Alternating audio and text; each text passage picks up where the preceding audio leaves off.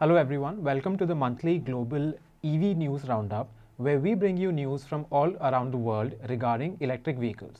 So let's dive right in. The recent tariffs imposed by the United States on China has led to an increase in the price of the Model 3 from $35,000 to $40,000. I've been speaking with the highest Chinese representatives, including the president, and I've asked them to reduce the trade deficit immediately by $100 billion. It's a lot. Now, obviously, this goes against Tesla's stated intention of making the Model 3 an affordable electric car for the masses. Now, Tesla has neither confirmed nor denied that the recent price increase was a result of the Chinese tariffs, but the fact that the price increase was announced so soon after the tariffs, which will affect battery imports as well, indicates some correlation. Volkswagen's public image was severely affected 2 years ago by the Dieselgate scandal. The company manipulated its engines to produce 40% fewer harmful carbon emissions in laboratory conditions than it would in real-life conditions. Since then, the company has scrambled to improve its image by promoting electric vehicles and trying to catch up with the electric mobility movement occurring all around the world. The company has announced an ambitious plan to produce 3 million EVs by 2025. Obviously, to achieve such a massive output, the company will need to have a steady battery supply. So far, the company had been trying to sign deals with various battery suppliers in order to have a steady supply. Unfortunately, none of these deals came through. The one that came closest was with a Korean company last year, but that also fell through for unknown reasons. Now the company has announced that it will produce its own battery and it is looking to set up a battery factory in Europe for this purpose. We think that this is a very bold move by Volkswagen. Obviously, in the short term, it will require a massive investment of resources. But when it comes to EVs, you cannot look at the short term. You have to look at the long term the way Tesla did with its gigafactories. After Tesla realized that it needs a massive and steady supply of batteries in order to meet its massive proposed output, it started building its own gigafactories. Volkswagen is also planning to do the same, and we wish them all the best. We hope that they will indeed achieve their target of 3 million electric vehicles by 2025. Nissan has been beset by a number of problems recently. In addition to the recent arrest of Carlos Ghosn for alleged financial misconduct, the company has also reported its lowest earnings in over a decade, with a 28% drop in its operating profit. To solve these problems, Nissan has recently announced that it is going to increase its investment in China.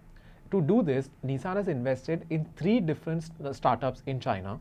W1 Motors, which is building an electric SUV, Zhejiang Hozon New Energy Automobile Company, which is building a crossover SUV, and CAJ Automotive, which is building, and no prizes for guessing this, an SUV.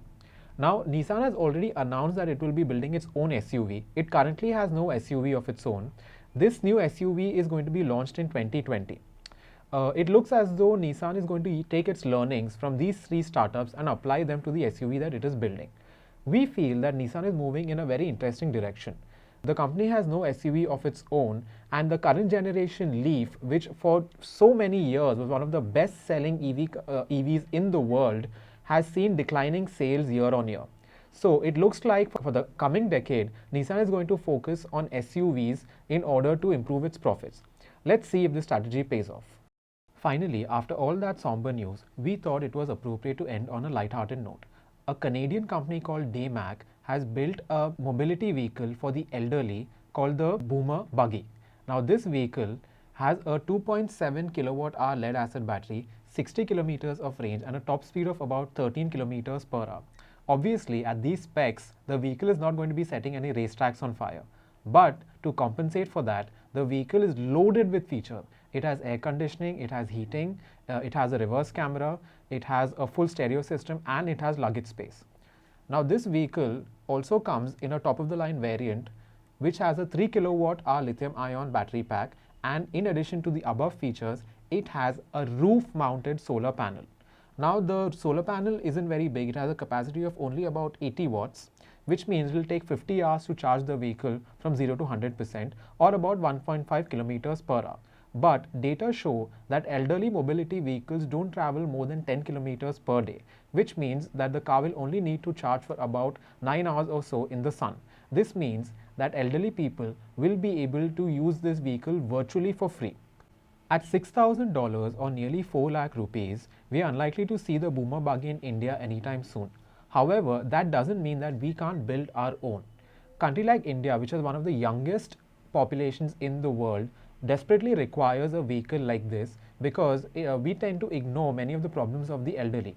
I can think of a lot of people in my family, elderly people in my family, who can benefit from having such a vehicle. So if there are any engineering students who are watching this, or if there are any people who are going to form startups, I think this is one of the ideas that they can use.